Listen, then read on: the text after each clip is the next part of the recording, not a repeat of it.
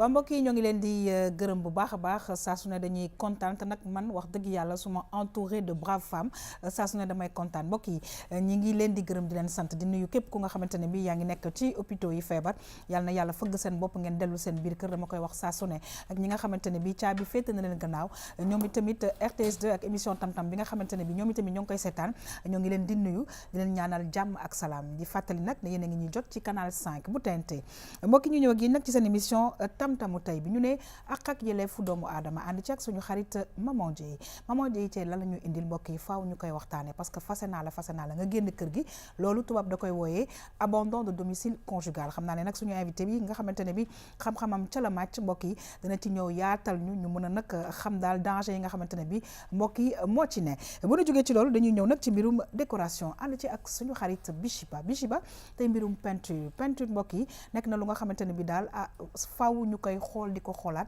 parce que nekk na lu am solo vraiment ci bâtiment dinañ ci ñëw incha allah boo ci kanamee ak élément bu ñu jógee ci loolu mbokk yi dañu ñëw ak yéen nag ci mbirum cinéma ànd ci ak suñu xarit Bilgis dans quelques instants dinañu rejoindre ci plateau bi waaw suñu invité nag dinañu wax vraiment li nga xamante ne bi mooy série bi RTS2 fas yéene diffusé gis ngeen ko muy Wasa nag mbokk yi xam naa ne ñëpp a ngi koy xaar dinañ ci xuus bu baax a baax ba pare nag di leen xamal ne que incha allah à partir du 10 lañ koy commencé diffuser fii ba ca kanamee dinañ ñëw ci jour yi ak ci waxtu yi mbokk yi ñu jeexal saa su ne ak vue sur la toile waaye nag ñu am ay invité te nag yaakaar naa ne ku dend ak say xarit doo mën a def lu dul kontaan ma ci jiital nag ki nga xamante ne bi mooy madame Soukeyna Ndaw Diallo mi nga xamante ne bi juriste la membre waa AGS mi suñu plateau waaye tamit suñu xarit bu yàgg sax muy Mada Ndiaye di réalisatrice di productrice ak yeneen yu nga xamante ne bi mbokk yi danañ ko ci toftal dans quelques instants ñu dem régie dellu si waat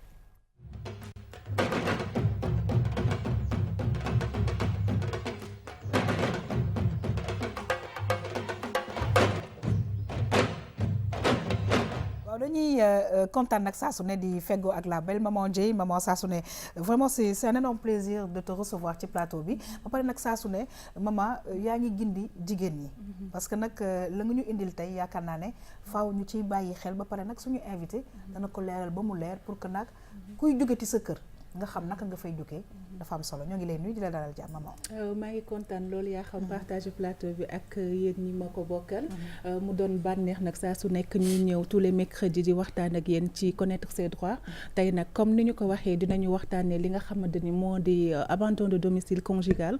dinañ ci waxtaanee tout à l'heure mais aussi tamit ñuy wax que ne ñun xam nga lu waay di wuyoo da koy niroo te bu ñu nee la RTS2 dañu naan plus proche de vous donc loolu c'est tout à fait normal ñun lépp loo xam ne soxal na jigéen ñi ak góor ñi sax ñu di ko waxtaanee ci suñu plateau ñu xam seen àq ak yelleef wareef la ci bépp citoyen loolu moo tax ñu ciy taxaw en tout cas ñu ngi lay gërëm di la sant bu baax a baax muy rubrique boo xamante ne bi saa su ne jar na di seetaan waaye nag beneen rubrique bu nga xamante ne bi parce que nag defe naa ne bu ñu décoré suñu kër yi dafay gën a baax daal ci suñu humeur ci lépp lu nga xamante ne bi dañ ciy jublu ci biir loolu mbokk yi ñu ciy dalal jàmm suñu xarit Bichiba c'est toujours un plaisir pour nous de te recevoir te saa su ne dama koy wax soo ñëwee sax jàllu sax ñuy wax parce que dinañ xam ne kii moo yore décoration ndax macha allah ñu ngi lay nuyu di la dalal jàmm. maa ngi lay fay yaa xam le plaisir est partagé di nuyu suñu invité yi di nuyu suñu mbokk téléspectateurs yi di nuyu maman alors comme ni nga ko waxee rek décoration moom dafa nekk lu am solo te ñun ci loolu rek la ñuy dox dañu bëgg vraiment ku ñuy seetaan mën a gis sa bopp si li ñuy def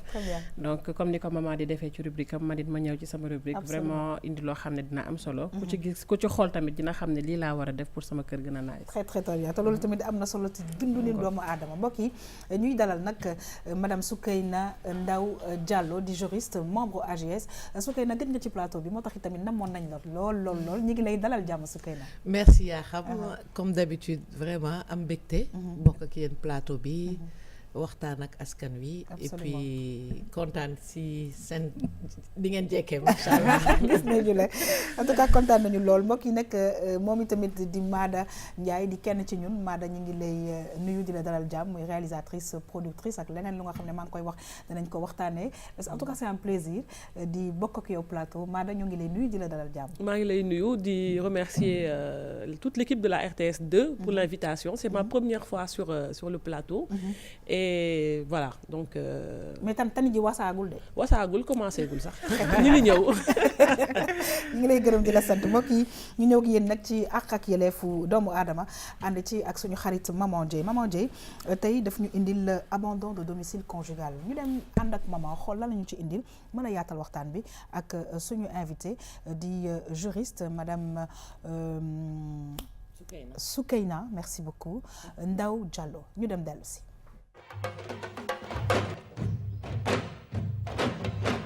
damay sëy nekk ak sama borom kër yàlla may ñu njaboot nag mais ma am problème ak moom ndax sama borom kër dafay dem du ñu bàyyi mag samay doom yàgg na di ko def nag waaye bii nag dafa rawati ndax day dem di ñëw di dem di ñëw duñu dundal ñu toog di ko muñ lu ma foraatu rek andi ci kër gi ak njaboot gi ñu bokk waaye juróom benn weer a ngi nii dafa dem bañu fayatul luyaas dundalatuñu jàng xale yi sax bi école tijjee man maa ci nekk fu ne ma dugg fa ba dajale ba fayal samay doom inscrire leen utal leen fourniture ma sonn torop nag jaaxle torop te aw ma kenn ku ma dimbale ndax moom rek lañu yaakaar ak njaboot gi ma jaaxle nag jàq di seetaan émission bi nag ma ne naa ñëw daw si wax fii sama soxla ba xam ndax dinaa am ku ma dimbale wala gindi ma am foo xam ne dina fa saafaraw.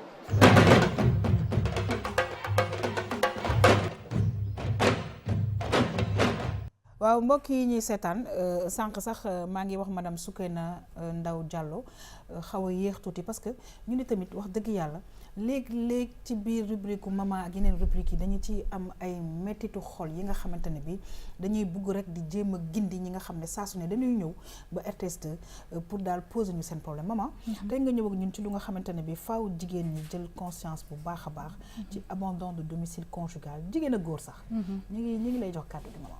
waaw ginnaaw nag bu ñu remercier suñuy téléspectateurs ndax ñoom ñoo ñu wóolu saa yu ñu jaaxee rek dañuy daw si fii ci RTS2 pour wax ñu lan mooy seen souci pour que ñun ñu mën ko partager ak ñi nga xam ne ñoom ñoo seen xel màcc ci jëmale ci boor boobu moo tax tey jii nii ñu dalal fii ki nga xam te mooy suñu juriste pour di ko laajte ndax kii dafa boole def abandon de domicile ak abandon de famille ndax quitté na domicile am mais dundalatul tamit ay njabootam loolu lan la ci yoon wax.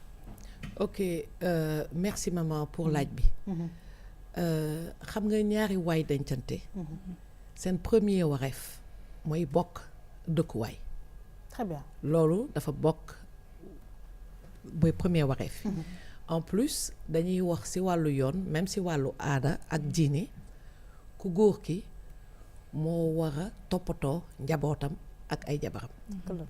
donc déjà ci cas bii nii ñaari yëf la boole. nangootul dëkk ak jabaram. ba pare rax ci dolli wareef bi nga xam ne mooy dëkkal sàng wodd dundal njabootam defu ko. te loolu yoon daf sa leer nañ. képp koo xam ne yaa xam góor la. walla yaa xam jigéen la defuloo ko.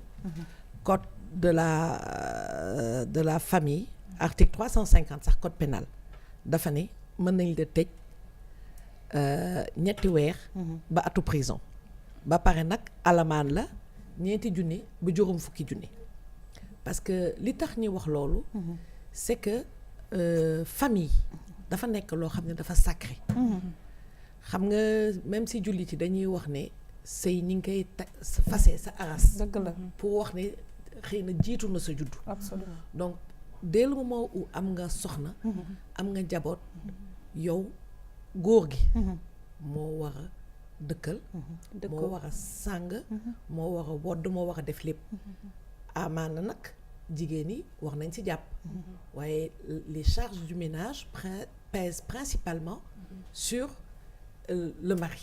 très bien waaw léegi nag maman comme ni ñu ko waxee mu nekk ñaari mbir parce que góor gi def na abandon de domicile loolu dina ci ñëw wax na peine bi def na abandon de famille muy ñaari daan yu nga xamante ne bi buñ ko daanee dana xam. dina xam moom waaye tamit yaa xam nëppal bi dafa xaw a bari. parce que soo xoolee ci kaawu ndaw si nii jëkkër ji yàgg na di dem di ko bàyyi ak njaboot gi. di ko abandonné. te la wax ci ay doomam du ko def mu jàppee ko ne moom daf ko war a muñal ndaxte njaboot gi nangam ak nangam ba tey jii nag mu dem définitivement nga xamante ne gisatu ko déggatu ko est-ce que moom aussi amu ci part de responsabilité bu mag ndax li ñuy teg lépp dañ ko war a tegoo. xam nga y a plusieurs choses. déjà xëy na si njëlbeen ba jëkkër ji demee xëy na dafa newoon damay dem pour wuti. parce que xam nga mënoo juger nii rek. xëy na jëkkër ji dafa demoon pour wuti donc waxtaan nañ si kàddu ba mu xam ne jëkkër dinay dem di ñëw su demee dina ko yónnee. xëy na moom nangu woon na loolu. mais dem na ba si biir gis ne xëy na liñ d'accordoon defu ko. mais dans tous les cas lenn la nit ñi war a xam en tout cas jigéen ñi. te loolu vraiment dama koy wax avec beaucoup de sérieux. jigéen mën nga muñ ñàkk. jigéen mën nga muñ feebar. jigéen mën nga muñ rafle. waaye jigéen warul muñ toroxal. warul muñ saaga. warul muñ itam yenn ay dóor. waaw en tout cas te yenn façon abandon bi day nuroog toroxal. parce que il faut que ñu wax ci itam. et puis sax loolu toroxal bu mag la. ñu dellu si waat dans quelques instants waaye Maada gis nga témoignage femme bi nga gis nag ne que toujours c'est vrai on a été éduqué comme ça problème culture la muñal mais léeg-léeg muñal bi sax la muy yàq sax mooy ëpp. dëgg la parce que cas yu mel nii moi je pense que bëri na fi. maintenant le principal problème à mon avis moom mooy société bi comme ni nga ko waxee woon sànq ku jigéen ki am na ci responsabilité. lu ci ëpp ci responsabilité bi ku góor ki la. mais société bi tamit am na ci responsabilité. tout à fait ndaxte jigéen ñi da nga gis ñu bëri ñu nga xamante ni du sax dama koy muñal waaye du ma ko génnee ci biti sama moroom yi di ma gis duñ ma nawati wala dañ may xaw ma naka laa ko mën a waxee dañ may xeeb wala yooyu donc pour rëy bi rek dañu jël yëpp nëpp ko ci biir famille bi tout autour tamit ñu ci bëri dañ koy yëg. am ñoo xam ne dañ koy yëg mais dañuy préférer pour bañ gàcce bi fermer les yeux ba nga xamante ni day dem ba benn stade bu nga xamante ni mënatuñ ci lu bëri ñuy doog a commencer koo génne et c'est malgré eux malgré la famille que histoire bi doog a génne. C'est pareil que les cas de viol. Il y a des viols, la plupart des viols se passent dans le cercle restreint familial. Mais dañ koy jël di nëppal parce que duñ ko génnee nit ñi dañ naan famille bi nii la ñu mel wala yooyu. Donc je pense que la société am na ci responsabilité. Tout à fait responsabilité bu mag bi ci ba nga gis nag ne que vraiment saa su ne dañ koy wax parce que tamit ak yelleefu doomu aadama li ko tax a jóg mooy saa su ne ñuy jéem a gindi nit ñi.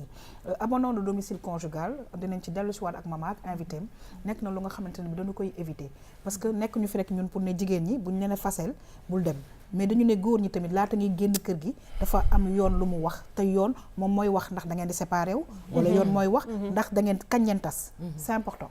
mais man damay rejoindre juste li Maada wax léegi c'est le poids de la société. Absolument. parce que gis nga nit ku nekk environnement bi ngay évoluer rek mooy déterminer sa comportement. te bu dee par exemple cas bi am na ay wayjuru ndaw si. ñoom it jéemuñu ko wax ne ñun ñu ngi fi. bu dara amee ñun ñu ngi dinañu la jàppale. lan lañ koy wax muñal mu toog. waaw mais xam nga lu tax léegi en fait problème mu mais aussi dafa am leneen lu am tribunal boo ne damay yóbbu tribunal. yaa yóbbu sa papa doom yee barke bi et tout ça. et aussi ku jigéen ki aussi day faral di wax ne man de su ma ko bàyyee keneen ku ma nar a amit ce sera pire. c'est en général loolu la jigéen ñu bari di xalaat. boo bàyyee am na nu ñu koy waxee sax am na benn terme bu gën a ñaaw mais ñoom dañuy xalaat ne par exemple bu ñu bàyyee par exemple duñu amaat keneen wala dinañ torox wala ku gën a bon la ñuy am alors que il vaut mieux être seul que mal accompagné. maman ñu dellu si. dëgg la waaye bu ñu revenir ci kaawu ndaw si nii moom lan la war a jug dem defi ji ko. xam nga tribunal day àtte mais aussi tribunal du àtte forcément pour fase souvent tribunal lu am solo la parce que xam nga juge nga ñëw fekk ko ci bureau mu sol blouse am wala ñu woo la tribunal mu woo la jàkkaarloo ko xool la ci biir bët rien que le fait que ñu convoqué jëkkër di tribunal juge bi wax ak moom fàttali ko lan mooy waxee fa souvent góor yi dañuy day am solution ndax dañuy dellu xam ne lii ak lii su ma ko defulee dinaa wàcc yoon te si boobaa dinañ dal sama kaw donc pour revenir à ta question kooku lu mu war a def mooy dem tribunal mën na dem ci boutique de droit yi am na yu nekk Pikine am na bu nekk Pikine am na bu nekk Médina loolu dañ koy defal li ñuy wooyee contribution aux charges du ménage obligé jëkkër ji ñu convoqué ko mu ñëw ne ko yow lii ak lii mooy sa wareef comme que defaloo ko yaa xam ne xëy na su dee dafa am salaire dinañ ko def une saisie sur son su amul salaire ñi xool nu ñu koy mën a obligé su dee am na ay alal nu ñu koy mën a jaayee ba am lu mu dundalee jabar ji léegi suñ demee ba gis ne mun amuñu lu ñu par exemple fii dafa bëri ñu nekk ci informel xëy na amuloo salaire amuloo compte bu ñu mën a saisir yu demee noonu su boobaa su ko juge bi wooyee yedd ko munu ko à ce moment là mën na laajte divorce parce que loolu itam défaut d'entretien abandon de famille cause de divorce la parce que comme on dit sëy daggan na fase daggan na itam waaw donc kooku bu mu découragé na xam ne yoon mi ngi fi mën nañ ko jàppale te amaana mën na dem suñu convoqué jëkkër ji suñ ko yeddee mu dellu si su dee nag jëkkër ji bëggutul su boobaa nag kenn mënu ko forcer waaye su boobaa nag mu obligé laaj divorce te bu mu découragé xam ne jëkkëram yorul wërsëgam yàlla moo yor wërsëgam mais ça je suis très d'accord ak Soukeyna waaye nag il faut que nit ñi di sax waxuñu sax nu yóbbu leen yoon mais nu delloo si waat seen xel nekk seen ay yaayu doom lañ delloo si waat seen xel nekk ay jigéen lañu ak surtout ay xale yoo xam ne xamuñu dara surtout nag cas yooyu dañ koy faral di def jigéen ñi nga xamante ne bi liggéeyuñu mu gën a metti nag ci xale yi dañ leen di note parce que dañuy xam ne que ne kii su ma ko bàyyee du am fenn foo xam ne fa la mën a jëm mais mu wax sànq lu am importance mooy que mu gëm ne que ne wërsëgam yàlla moom moo ko yoree te nit ku nekk li Mame Abdou daan wax naan gémmiñ gu yàlla xar rek dina ci def lu mu ci war a def ku nar a dund ba déwén rek di nga lekk ba déwén donc loolu moom muy aspect bu am solo te comme fii dañuy dundee noo xam ne société bi dañuy jàppalante mën na am moom bu bonee boo demee seeti ji ay mbokkam mën nañ la jàppale aussi tamit sa ay mbokk aussi bu amee ñu ko ci yëg mën nañ la si jàppale loolu yëpp ay solution la parce que lépp dañ koy waxtaanee nekk nañ société boo xamante dañoo opté pour communication bu ñuy communiquer xëy na dinañ am solution ci yu bëri mais ñu revenir aat ci ñi nga xamante ne ñoom ñooy góor ñi rek ñu gën a jàppale jigéen ñi parce que li leer ba wóor mooy ki ngay sëyal bu la leeroon ne loolu la lay def doo dugg ci moom tout à fait te wanu la woon loolu aussi tamit léegi nag dama bëggoon aussi Soukeyna nga revenir ci abandon de domicile conjugal laata nag ñuy pare chronique bi pour que jigéen ñi di éviter fase naa la genre def nañ la ko 7 fois ou 3 fois je sais pas comment léegi génnal sama kër nga dem génn la ciy fekk c'est grave góor ñi tamit ñu éviter takk naa beneen jabar wala mere naa sama jabar et cetera génn naa kër gi c'est dangereux parce que la loi est là te am na lu mu ci wax loolu la xam nga wax naa ko ci njëlbeen ñaari way dencante dañu war a bokk kër bokk lal nekk ñaari way dencante bu mu mat sëkk léegi su dee jamono dox na ba problème am ci seen diggante yaa xam sa jëkkër daf la mere walla yow nga mere sa jëkkër ba nga ne da ngay génn kër gi ku ko ci def wàcc nga yoon te c'est important que nit ñi xam ne fii Sénégal réew boo xam ne la même su dee demuloo mairie nga sëy ci farata yàlla ak sunna Muhammad yaa ngi ci buumu sëy te buumu sëy su xësee ba am rek loi dafa ne da ngeen war a bokk dëkkuwaay ku ci génn nag wàcc nga yoon gis nañ fi ay cas yu bari yoo xam ne nit ñi ñaari waay denc kenn ki day génn soit parce que dafa gedd soit parce que dañ ko ne fase naa la yaa fi yow yaa fi téye sa bopp wala araamal naa la ni ma araamale sama yaay yow nga xam ne en tant que jullit foofu say amatu fa nga génn soo ko defee tooñ nga su dee da nga war a génn sa kër gi da nga war a dem ci juge ñi ne la ñi jéem leen jubale parce que kenn du xëy suba rek fase di juge yi dinañ def lépp pour jubale leen suñu gisee ne juboo mënul am su boobaa ñi soog a tas sëy bi wala juge bi may la yow def séparation de domicile voilà séparation de domicile loolu tamit voilà juge ba kay wax voilà moo naan ñii ñu nekk c'est dangereux ñi def séparation te loolu dañ koy bind voilà ku nekk xam voilà mën na sax balaa ñuy def séparation de domicile parce que yenn saa yi mën na compliquer ci jabar ji du mën a du mën a am fu mu dem wala jëkkër ji itam amul fu mu dem juge bi mën na wax séparation de corps ngeen bokk dëkkuwaay mais par exemple kenn ki dem di tëdd ak xale yu góor yi wala doom bu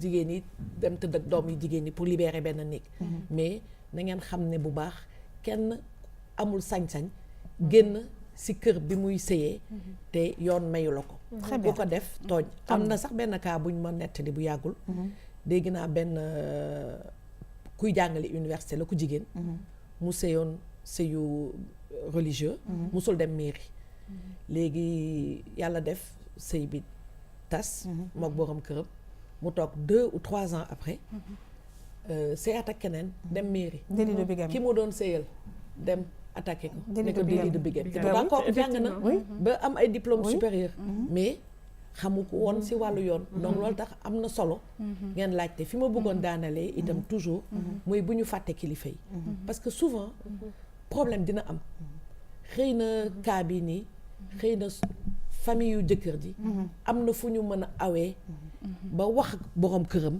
yaayu borom këram mën na waxam goro bu jigéen mën na wax ak doomam nekk yow kat li ngay def du yoon yaa ngi yore doomu jàmbur dundaloo ko ba defal sa wareef te loolu xëy na suñ ko defee itam utiliser les mécanismes traditionnels de règlement des conflits parce que xam nga souvent fii dañuy suñu waxtaanee juboo ni ñuy wax ñàkk juboo amul ñàkk waxtaan am suñu waxtaanee ci biir famille bi mën nañ régler problème alors cas bi femme bi mën na dem AJS mën na dem wala association des jeunes avocats exactement bu demee foofu danañu ko gindi won ko yoon et laajuñu la dara gratuit soo waree dem sax ci yoon ñoom mun nañu mën nañ la dimbale ba paasal la su dee dafa soxla avocat am nañ ay avocat yu bokk si ñu kuréel association des juristes sénégalais dañ la gunge ba nga am ndam si li ngay def te doo si fay te nag am na numéro boo xamante ne bi ku ci wootee tamit doo fay dara te mën nga leen jox amoon na mais bugguma ko joxe parce que temps yii dañuy amoon problème mu financement d'accord mais mën naa leen jox après numéro fixe boutique de droit bu Médina d'accord am naa ko ma jox leen ko léegi très très bien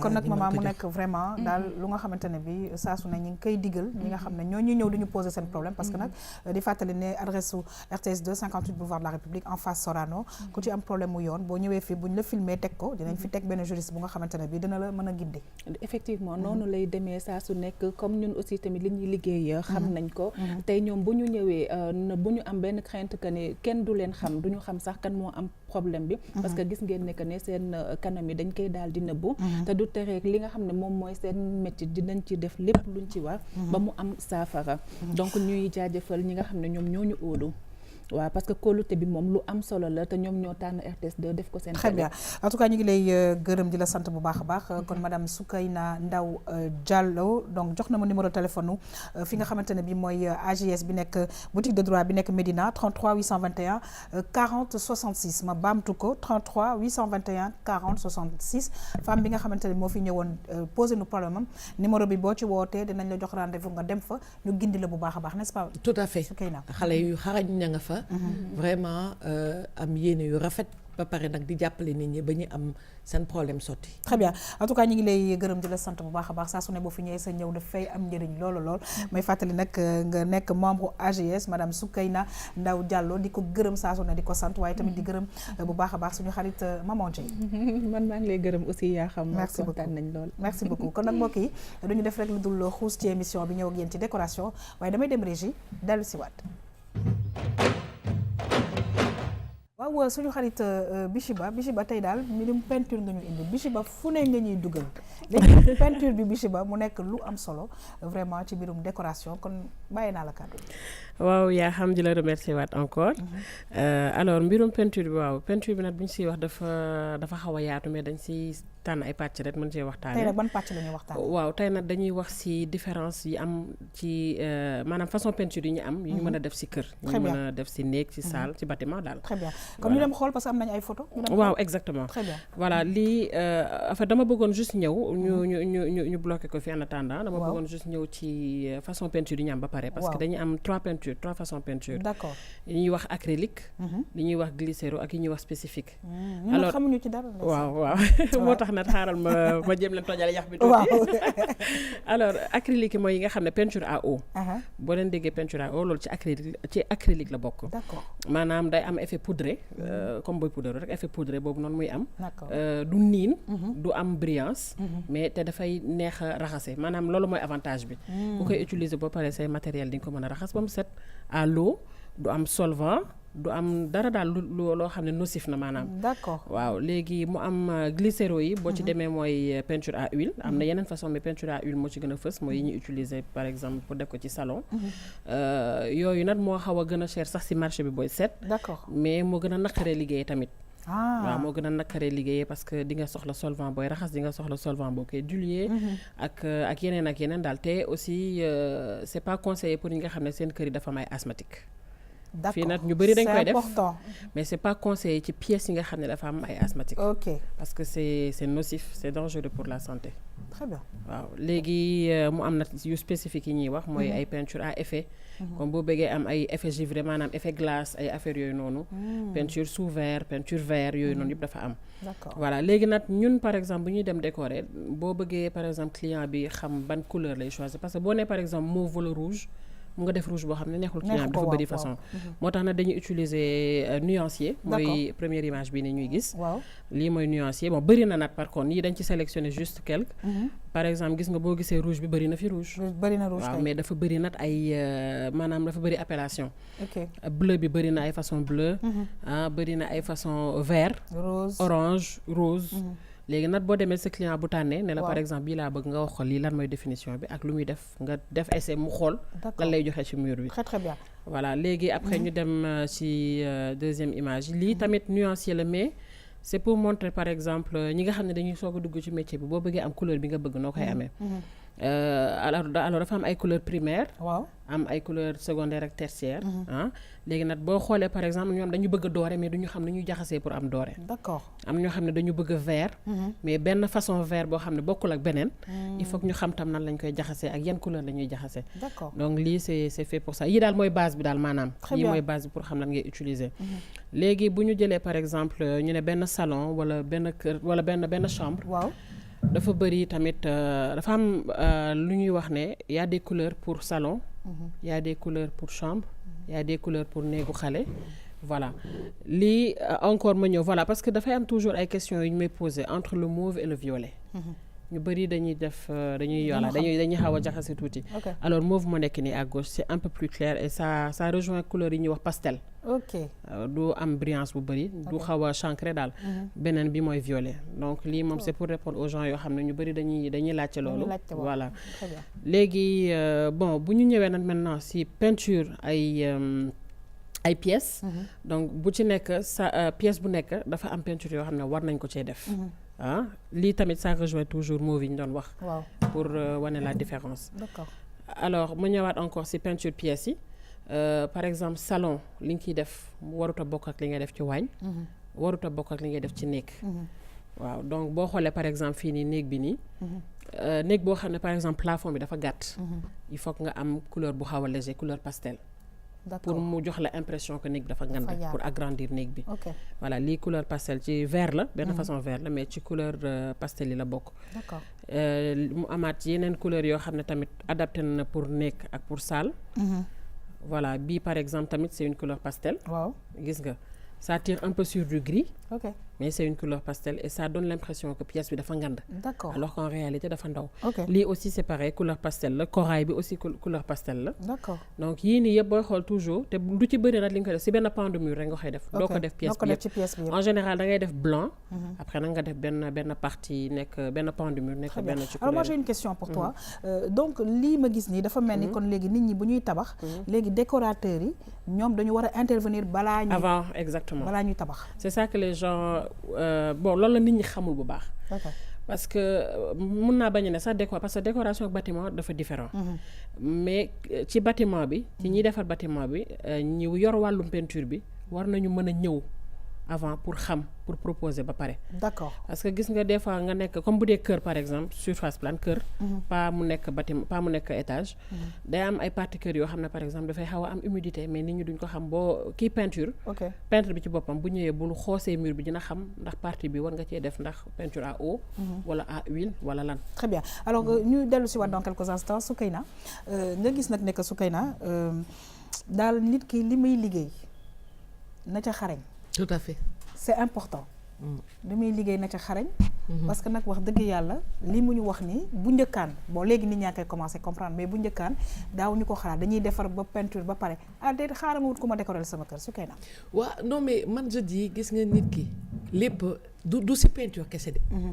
lépp loo gis nit ki da nga si war a xarañ. soo ko defulee di nga juum. man tey maa ngi ñëw fii wax naa leen affaire u divorce.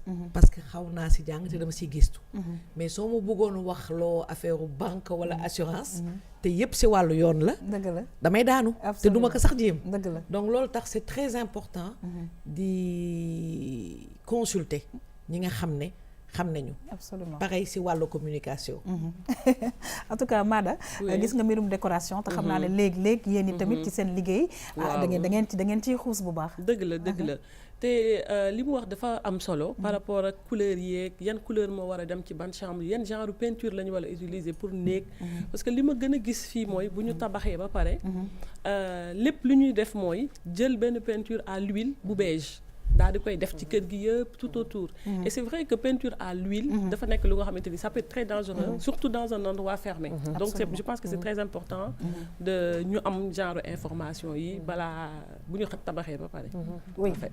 léegi leneen lu ma si yokk rek mooy beneen côté boo xam ne peinture à huile. bon boo ko defee si pièce li nit ñi di fàtte aussi rafet na trop parce que day briller. mais day garder tàngaay. bu dee peinture à eau. day boobu mun na bañ a tàng par exemple c'est boo leen comparé ñoom ñaar été bu jotee pièce bi am peinture à eau mooy gën a sedd que pièce bi am peinture à huile. te nag gis nga affaire peinture bi ngay wax nii man dama remarqué en tout cas si suñu dëkk yi ci yeneen dëkk yi nga xamante ne bi dëkku nasaraan si la su kay na dañuy gis ne que dañuy harmoniser. tout à fait mais fii da ngay gis ku devanture këram rose kële bleu kële jaune kële orange. non mais c'est vrai. et loolu je pense que war dinañu xam naa ne très certainement te suñu dëkk yi tamit yegg ci foofu nga xam ne dañ naan nit ñi kat couleurs yi nii la war a mel nii lañ ko war a tracer parce que bon y a des pays yoo xamante ne bi tu vois comment c'est bien quoi. ak eaux et couleurs tamit bon pas nga def nag lu fës. mais eaux et couleurs tamit rafet na loolu. boo duggee ci benn pièce yëpp blanc. yëppay blanc c'est-à-dire day neutre wala yëpp beige comme ni ñuy def d'habitude amul solo. nga def par exemple benn pan de mur mu am benn couleur vert ñu bari dañuy naan vert ci biir salon alors que dafay rafet. léegi après nga accessoire yu sew rek yow ci boole nga xam ne du encombré. beneen affaire tamit mooy le plafond toujours damay dégg ñu ne plafond toujours blanc la war a doon. je suis pas d'accord plafond mën na bañ a nekk blanc. parce que nag yow la sa liggéey màcc plafond mën na bañ a nekk blanc. mais am naa benn question des fois damay gis xaw ma ci kii peintre la xaw ma ndax xam qualité peinture bi la xaw ma mais damay gis nit peinture jékki-jékki rek muy xolleeku di yàqu. donc loolu qualité peinture bi moom muy ñëw wala niñ ko peinturer parce que tamit peinture dafa am yoon. les deux la ñaar yëpp parce que qualité peinture bi.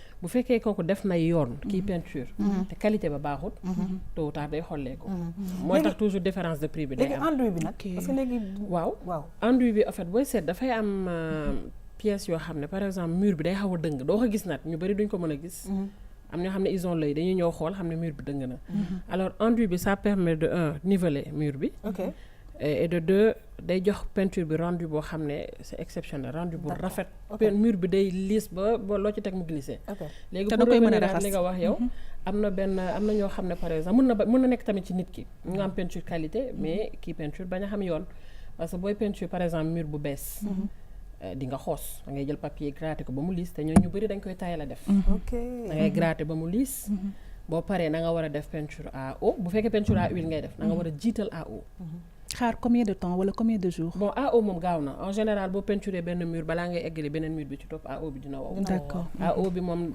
day tax parce que mur day naan.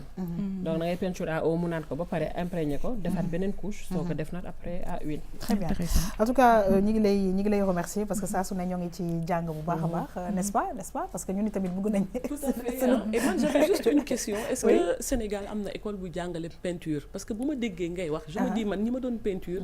ñi may peinture xamuñu loolu yëpp dama di est-ce que am na école bu jàngale peinture boo xam ne renseignement yi yëpp mën nañ leen ko jox ñoom balaa ñu leen jox suñu chantier yi parce que bon mooy loolu daal honnêtement je sais pas ndax am na école buy jàngale art les beaux-arts et tout mais je sais pas si am na école peinture bâtiment ak yooyu peinture bâtiment man moom voilà foofu moo ma ci dugal damay Oui. gëstu te lu bëri par expérience booy dem sur le terrain di am ay chantier di kii ci ngay gën di Su ko def, perfectionné wu li ma yaakaar mais wóoruma mais loolu mën naa la booleeg benn nit koo xam ne elle est directeur de cabinet du ministre de l'artisanat et de la formation professionnelle. Je l'ai rencontré la semaine dernière.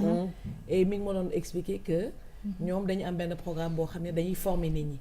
Et notamment ñi ngi former nit ñi ci plomberie, mécanicien et tout. Donc c'est pas impossible que ñoom ñi am ay cette formateurs. filière. Très bien. Je pense que ça peut être un invité potentiel pour moom surtout que jigéen Oui, la. Absolument, bien sûr. Inch'Allah. En tout cas, Avec dinañu ci plaisir. kontaan loolu pour nag répondre à la question de Voilà. de Mada parce que nag wax dëgg yàlla léegi de plus en plus ñu ngi bëgg suñu espace yi du sax kër yi rek bureau yeeg voilà espace yëpp di yanj te loolu yëpp yaakaar naa ne léeg-léeg ñu dem ci ñi mel na Bichiba waaye nag bu mu cher ah c'est-à-dire non ça dépend ci qualité yi rek D'accord. toujours moom qualité bi après dañ lay tegal ne la lii ak lii moo am lii moo mën a am ci bii non conseil lii moo mën a xanaa am du ci war a bii. cher ñëw laaj la dana la ko mën a def Ça dépend. Ça dépend. Très bien.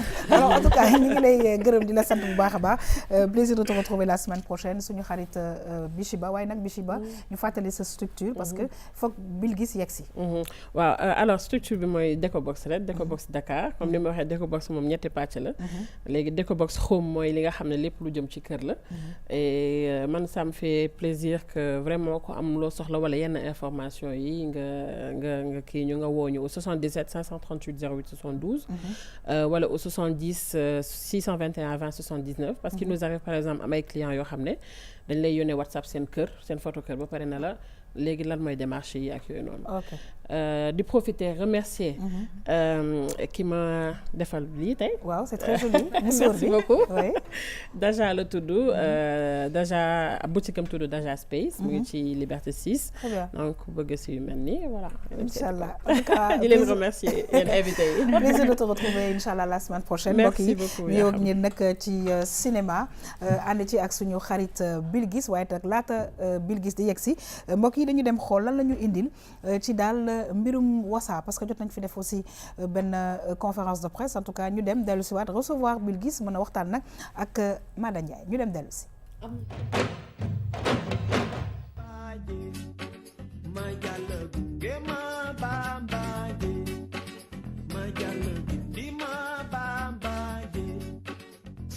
Wassa aussi série la boo xamante ni dañuy prédire lii ñëw à l'avenir tu vois génnloo gars yi ay sarax ba pare Wassa dafa nekk série bi nga xamante ni dañ koy dund au quotidien nit ñi dañ koy def peut-être xam nga di làqatu wala je sais pas mais bon loo xamante dañ ko war a fësal parce que dafa dañoo judd fekk ko fi dafa bokk ci ñun muy seet.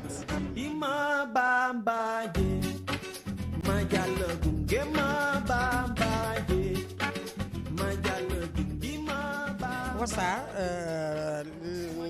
rôle bi ma ciy def mooy damay tani di triander nit ñi di leen teg dil léeg-léeg ma laaj kenn benn 2 millions wala benn 1 million mu jox ma ko te fekk na boobu mënuma dara waaye nag il faut que ma dóor ko parce que loolu moo fi am lu ci bari tey ji Sénégal dañuy seet ne mën nañu seet te fekk na boobu mënuñu dara mërirandoo bi rek moo leen ci yóbbundoo loolu moo yokk tax nag ñu indi série Wassa bi ñuy def mais nag mën naa seet de léeg-léeg bu ma seetee ba mu yàgg su ma banque ba banque daal génne petaayu rek gis ci loo xamante ne wane na maam ku ma la mbaayee sama maam.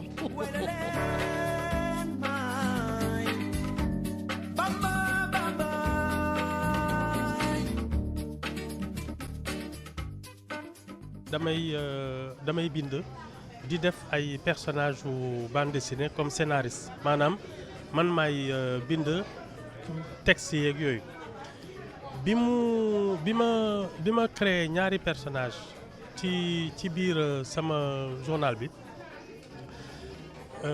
ñuy ñaari seetkat yu ñu tuddee woon Solbe et Ndem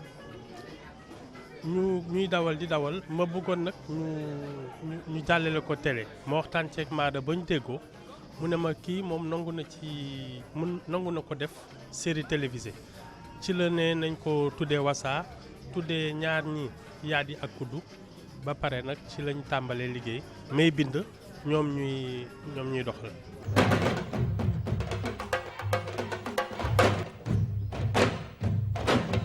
waaw ñu ngi gërëm bu baax suñu xarit Bilgis nag comme tan yi dañ ma ko indilul donc ma def nii rek xaw la seetal tuuti Bilgis daal li ma fi gis mooy yoon bu taxaw laa fi gis fi nag sëy bu nga xam ne sëy bu sori la waaye sëy bu am barke bu ñu jógee ci loolu nag ma xoolal suñu xarit Maada bi daal gis naa fi xaalis bu nga xamante ne bi ci ay projet lay jógee waaw macha allah xam nga Maada laaj ko lu mu ñuy laaj ba pare ñaata la ñuy laaj ba pare mais xaaral ba ma pare déedéet très bien su kay na gis naa daal projet yi nga dugg macha allah daal léppay baax léegi nag sa sarax mooy da nga war a jox 1 million boo paree ci 1 million yi après nga jënd nag jox ma waaw léegi nag damaa bëgg maman yow macha allah nee nañ année bi sa lépp day baax waaw mi nii lépp leer na tane bee ko wax waaw léegi nag ci biir loolu dama la laaj cheveux naturel bu gudd waaw ak closure waaw léegi nag tane ji wasaana waaw maa ngi lay dalal jàmm Bilgis c'est toujours un plaisir en tout cas de te recevoir tey nag ñu ñëw ci série bu nga xamante ne bi RTS 2 moo aye mu nekk lu nga xamante ne bi yaakaar naa ne sénégalais yi ñëpp sax xam nañ ko parce que am ñoo xam nañ naan la xaw ma ñëpp xam nañ mooy Tani Bilgis yaa xam maa ngi lay nuyu di nuyu ñi ma bokkal plateau bi comme ni nga ko waxee Wasaa nag vraiment dafa nekk série boo xam nit ñi les gens l'apprécient dañuy xool bande annonce bi rek mais dañuy reetaan ba sonn parce que dafa nekk loo xam ne en fait dañ koy dund te li ma gën a neex ci Wasaa mooy ñoom Maada le scénariste en fait dafa innové dafa indi loo xam ni franchement dañ koy dund te ça fait rire c'est drôle ñaari co-épouse la yoo xam ni dafa am seetkat VIP am keneen koo xam ni moom nee na wax na ko sax moom dafay dóor nit ñi te effectivement loolu moo am dañuy bàyyi Maada mu gën ñoo expliquer lan mooy Wasaa déjà waaw merci beaucoup Bilgis en fait Wasaa c'est benn série la bu nga xamante ni mu ngi nekk adaptation wu une rubrique qui est dans le Petit Railleur bi nga xamante ni Ibou Fall le journaliste moo koy édité d'accord et dans le Petit Railleur rubrique bi mu ngi tuddi Solbe et Ndem et donc en fait c'est les mêmes personnages ñaari wujju la foofu aussi donc léegi pour adapter ko à l'écran j'ai juste changé le titre j'ai aussi changé par rapport au dialogue pour que ça puisse passer mieux à l'écran léegi Wasaa choix bi ma def mooy c'est que mu nekk loo xam ne dafa reetaanlu parce que certes dafa nekk lu nga xam ne dafa bokk ci ñun comme ni nga ko waxee mais dafa diis ba nga xamante ni pour wax ko sans am taw moralisateur baax na wala baaxul suñu rôle du loolu c'est juste wan leen lii moo xew ci société bi te nii lay demee tout à fait donc on a choisi dañu tànn ne ñun dañ koy oyofal dañ koy jëlee côté wu na nit ñi nañuy bëgg pour bi ñu koy seetaan de telle sorte que message yi ñu ci bëgg a jaarale mu jaar ci maintenant comme ni nga ko waxee woon man je trouve que c'est très original le thème parce que ça soit muy série muy film lu mu ci mun ci doon je pense que c'est la première fois que mu am série boo xamante ni day traiter juste de voyance de seet très très bien alors ñi ngi seetaan actuellement bonne annonce bi su kay na mu nekk ay mbir yi nga xamante ne bi ñun ñëpp xam nañ ko sénégalais yi miin nañ ko waaye léeg-léeg duñu dugg ci parce que ci biir tan yi am nañ problème yi nga xamante ne bi dinañ ko gis ci série bi muy dóor yi nga xam ne ñenn ñi dañ koy dóor jigéen ñi di ko dóor góor ñi non moi je li ma xalaat mooy idée bu rafet la parce que non seulement day wane li nga xam ne ñi ngi koy dund mais man li ma si gën a neex mooy loo xam ne fii nañ ko defaree dëgg la parce que su may toog yenn saa yi di jéem a seetaan télé yi lii si ëpp damay gis ay production ay hindou ay yu jóge fii donc déjà le fait que mu nekk loo xam ne waa Sénégal ñoo ko xalaat ñoo ko defar ba pare nag jël affaire Tani bi nga xam ne am na ñoo xam ne dañ lay woo sax ne la waaye yow amoo seetkat bu baax nga nekk donc vraiment loolu lu am solo la te ñetteeli mbir bi ma si gën a neex parce que damay lire toujours Petit Railleur Ibou Fall ñoo bokk koñ sama frère la xam naa ne moom soo censuréwul scénario dina fi wax ay toj-toj mais donc vraiment tous mes encouragements. Merci. Et vraiment initiative bu baax la di gëstu si li ñuy def ba pare def ko mu nit di yee nit ñi parce que dookat yi bëri nañu waaw te xam ne li ci gën a am solo bi gis mooy que ñun dañu ne encore plus proche de vous moo tax saa su ne RTS2 di ko fësal di ko dëggal parce que nag dañu ne tani te ku ne tani wax Sénégal sax xam naa ne dem ba Afrique ba sori ci donc Wassa sur la RTS2 c'est très bientôt.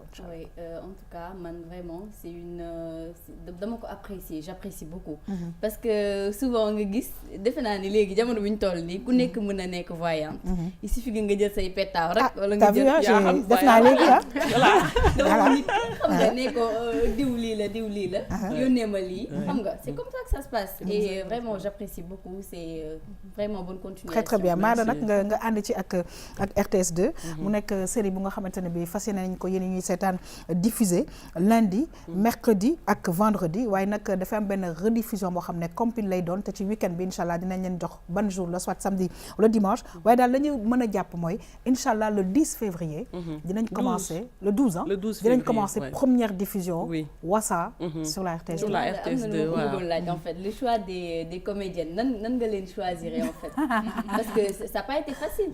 Non, ça n'a pas été facile parce que projet bi en fait yàgg naa si waxtaan ak Ibou Fall et bi ma joxee accord am donc ça dafa doon continuer dama ci doon continuer liggéey ci sama bopp en fait et sama principal problème moo doon am ñaari personnages yi parce que série la bu nga xamante ni ñaari nit ñoo ko yore donc il fallait que mu nekk comédienne yu nga xamante ni dañu am présence bu mag sur devant l'écran et puis mën a jouer mën a improviser mën ma génneel man li ma bëgg donc bi ma defee benn casting ak Khadim Mbaye moom moo joué rôle Koddu mooy wujj bi nga xamante ni moom moo gën a mag mais li ma jaaxal dafa mel dañu déggoo sax ci biir kii bi dañu déggoo dañu déggoo si si kii bi association de malfaiteurs la ñoom ñaar comme ni ko Ibou Fall di waxee c'est une association de malfaiteurs parce que en fait épisode yu bëri dañ koy bind mën naa ni sax dañ koy bind sur scène sur devant en tournage parce que dañuy tourner ba pare toog commencer waxtaan foofu la inspiration bi di ñëw et puis ñu partager c'est des partages d'expérience d'accord parce que comme ni ñu ko doon waxee lu ci bëri non mais expérience partagée de tous les Sénégalais nit ñu koy seetaan bu ñu ko seetaanee y en a beaucoup non seulement dinañ ci reconnaître peut-être seen bopp wala au moins dinañ ci reconnaître seen benn membre famille wala seen xarit wala seen collègue de travail qui sait et si biir plateau de tournage bu ñu paree bu ñu añ wala yooyu donc fa la ñuy nekk di waxtaan di échanger sur ça c'est là où kenn ku ci nekk ne man dégg naa lii même pareil am na si cas yu nga xamante ni jëkkër ji da koy dóor wala jëkkër ji day abuser de ses enfants. D'accord. Voilà ay doomam yu mu amoon bi muy sëy si genre affaire yooyu benn cas bu mel noonu moom mu dem ci seetkat ne ko léegi pour jëkkër ji bañ a abuser ji mu génnee loolu ci moom. Voilà donc un cas comme ça on l'a traité ak yalwaan. Alors on va pas tout dévoiler. Ouais, d'accord, on va pas tout dévoiler. Voilà parce que comme ni ko Maada waxee le 12 février inchallah dina jàll avant le journal. Oui. Avant le journal de 20h en tout cas di ngeen am information yëpp concernant justement cette série Wassa ñi ngi lay remercier on me dit de l'autre côté c'est terminé mais daal li ñu mën a xamal téléspectateurs yi mooy Wassa daal mi ngi ci biir RTS2. waaw yaa xam kon ma lay remercier aussi di remercier Maada di remercier suñu juriste bi xam nga di leen jox rendez-vous mercredi prochain ma ànd ak yéen toujours ci cinéma. Très bien alors duñu def rek lu dul dinañ remercier bu ca kanamee à la fin waaye dañuy dem vue sur la toile mbokk yi dellu si waat.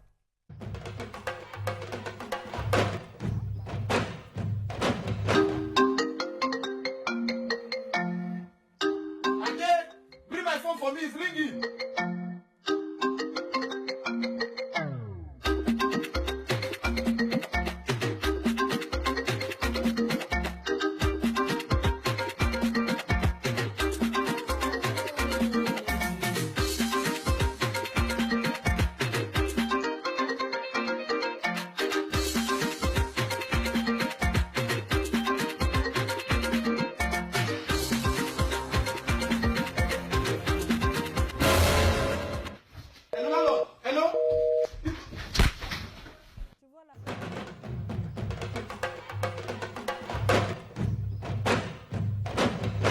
waaw Soukeyna lan nga gis ci sunu vue sur la toile bi. bëri fontu rek malheureusement muy Sénégal di feneen fontu bi dafa xaw bëri. dëgg la loolu laa ko gisee daal. très très bien en tout cas ñi ngi lay gërëm di la sant bu baax a baax peut-être nga lancer benn dernier message par rapport ak sujet bi nga xam ne maman indi na ko tey abandon de domicile wala abandon de famille. waa loolu daal li ma si bëggoon wax mooy vraiment di ñaax ñëpp. way denca tey. xam ne muy góor di jigéen ku si nekk am nga ay wareef si wàllu néegu sëy. nañ ko jéem a sàmm. jéem si dox def parce que dinga soo ko layoowul ak yoon itam dinga ko layoo ak yàlla. ala kulli ali. tout à fait. ñaareel bi mooy dama bëggoon profiter pour lancer benn message. parce que démb la woon 6 février. te 6 février mooy journée internationale tolérance zéro contre aada bi ñuy defal jigéen muy xarafal jigéen. donc dama bëggoon vraiment ñëpp ñi bàyyi si xel. xam ne aada la.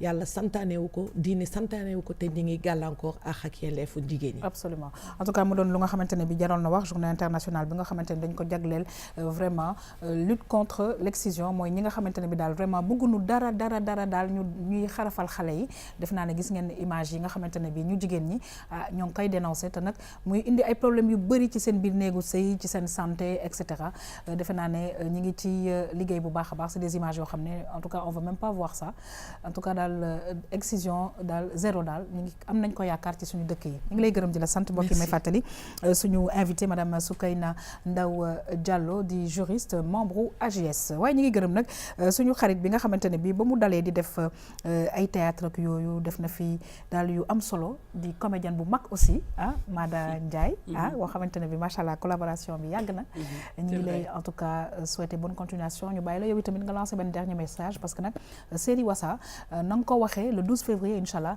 lay démarrer fii ci RTS2. D'accord donc série Wassa bi maa ngi bàyyi nit ñu découvrir ko puisque le 12 février lay commencer.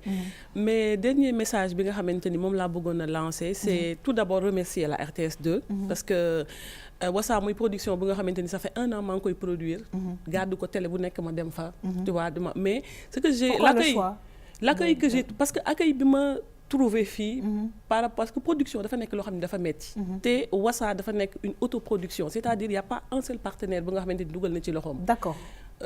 léegi boo ko defee ba pare nga ñëw gis télé bu nga xamante ni daf lay accueillir j'ai trouvé des gens très accueillants vraiment muy Yakham muy Fatou Grand Lamine ak ñëpp donc encourager la ci li ngay def wan la ni metti na c'est pas facile mais bul bàyyi encourager la et puis voilà j'ai eu vraiment un très très bon accueil ici qui m'a donné la force de me dire voilà c'est possible je continue et j'y vais donc rien que pour ça vraiment par rapport à la production et par rapport à voilà ñu ngeen di jàppale culture et tout ça moi je tenais à vous remercier. Merci beaucoup. Et pour vous dire que rien que pour ça on ne lâchera pas et puis voilà. On est ensemble. On est ensemble. Merci beaucoup Mada mbokk yi nag di fàttali ne RTS2 chaîne culturelle et sportive lépp lu nga xamante ne mën nañ ko def ci jëmale ko ci culture bi gën a dem kanam dañu koy def te nag c'est un plaisir de travailler avec des jeunes merci beaucoup muy tamit une grande battante Mada Ndiaye maa ngi koy wax am na daal yu mag yu nga xam ne defoon na ko fi Sorano et cetera. Avec les crues là, voilà, c'était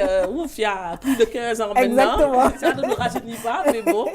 Mais là, je reviens avec Armada, qui est ma structure. Moi, maintenant, je fais de la création et de la production de contenu audiovisuel, que ça soit voilà, pour la publicité, pour les séries, pour... N'est-ce pas? En tout cas, on essaie. Je pense que voilà, il faut. Merci beaucoup. Merci Mada. May fàttali nag diffusion Wassa lundi 12 di fàttali nag les jours de diffusion lundi mercredi ak vendredi rediffusion bi nag ñu def compile week-end bi loolu yëpp dinañ ci ñëw ci sunu chaîne ñi ngi lay remercier Maman Dieye toujours un plaisir de te recevoir merci beaucoup. C'est partagé yaa xam ñun aussi ñu remercier ñi nga xamante ne ñoom ñoo si jàpp ku ci mel ne Princesse Sophie Amina Dieng borom Princesse Sophie numéro téléphone am di 77 501 80 93 Farsadi moom miin ngeen turam borom esprit chic moom moo jàpp ci coiffure bi numéro téléphone am nekk 77 653 79 26 merci yaa xam. Merci beaucoup maman plaisir de te retrouver la semaine prochaine ñi ngi gërëm di sant bu baax a baax suñu xarit Bilgis nag wasaana tani say Maada maa ngi lay maa la Maada waaw ba léegi rek yaa xam maa ngi lay remercier Maada di ko wax bonne continuation parce que en fait c'est pas facile nga nekk jigéen nekk ci milieu culturel beeg yooyu xam nga